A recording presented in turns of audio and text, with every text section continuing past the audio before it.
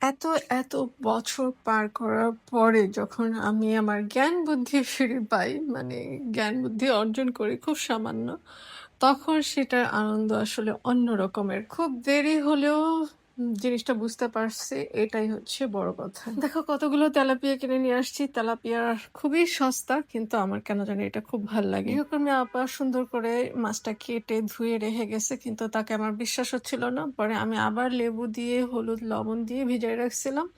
এরপরে সুন্দর করে এটা আবার ফ্রেশ করে ধুয়ে আবার সব মশলাপাতি মাখায় নিলাম। আজকে অনেক, অনেক সকালে উঠছি, প্রায় ৫টা বাজে তখন।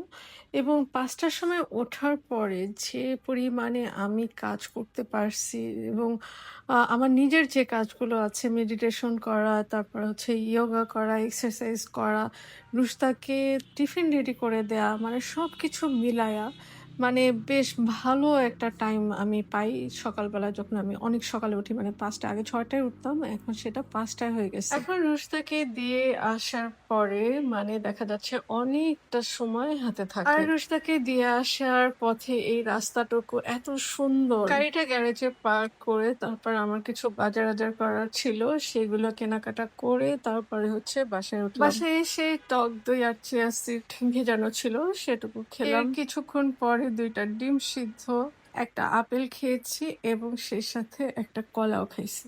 কলাটা হচ্ছে তোমাদের দেখাতে ভুলে গেছি, পরে ছোলাটা দেখালাম যে আমার এই কলা খাওয়া শেষ। সকালে নাস্তা শেষ করার পরে হচ্ছে যে মাছগুলো আমি মেরিনেট করে রাখছিলাম, ওগুলো সুন্দর করে বস করে রাখতেছি। এরপরে সুন্দর করে আমার প্রিয় একটা সময়, সেটা হচ্ছে কফি হাতে, ১ মগ কফি হাতে, একটা বই। বইটা আমার এত স্পেশাল যে আমি সেই অনেকদিন আগে বইটা ধরছি আর অল্প, অল্প করে বইটা পড়ছি। হ্যাঁ, শুরুতেই যেটা বলতেছিলাম যে আমি এতদিন পরে এসে বুঝতে পারছি। আর সেটা হচ্ছে এই যে পাওয়ার অফ নাও, মানে আমি যে বইটা এখন পড়তেছি সেটার ব্যাপারে। দ্য পাওয়ার অফ নাও বইটাতে যে মেইন মানে ফোকাসটা দেওয়া হয়েছে, সেটা হচ্ছে বর্তমানে থাকার প্র্যাকটিস। আমি অনেক, অনেক বছর ধরে হচ্ছে কোয়ান্টামের সাথে জড়িত, এবং কতবার যে আমি সেই কোর্স রিপিট করছি, কত হাজারবার যে আমি সাদাকায়নে গেছি, কত কিছু করছি।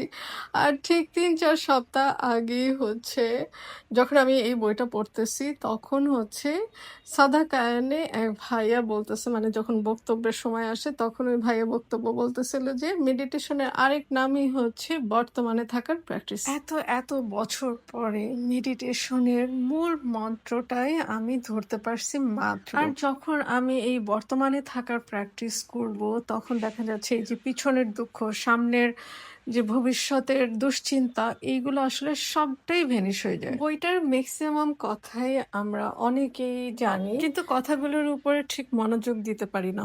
এই বইটাতে আরো একটা শিক্ষণীয় বিষয় হচ্ছে যে আমরা যখন দুশ্চিন্তা করি, সেই দুশ্চিন্তার উপরে ফোকাস করা। ধরো আমি রাস্তা দিয়ে হাঁটতেছি বা আমি গাড়ি চালাই যাচ্ছি, যেমন একটা দুশ্চিন্তা আসতো আমার ভিতরে, সেটা হচ্ছে যে এই বুঝি আমি কোনো রিক্সার উপরে উঠে গেলাম, মানে আমার গাড়ি উঠে গেছে, বা এই বুঝি একটা গাড়ি এসে আমাকে ধাক্কা দিল।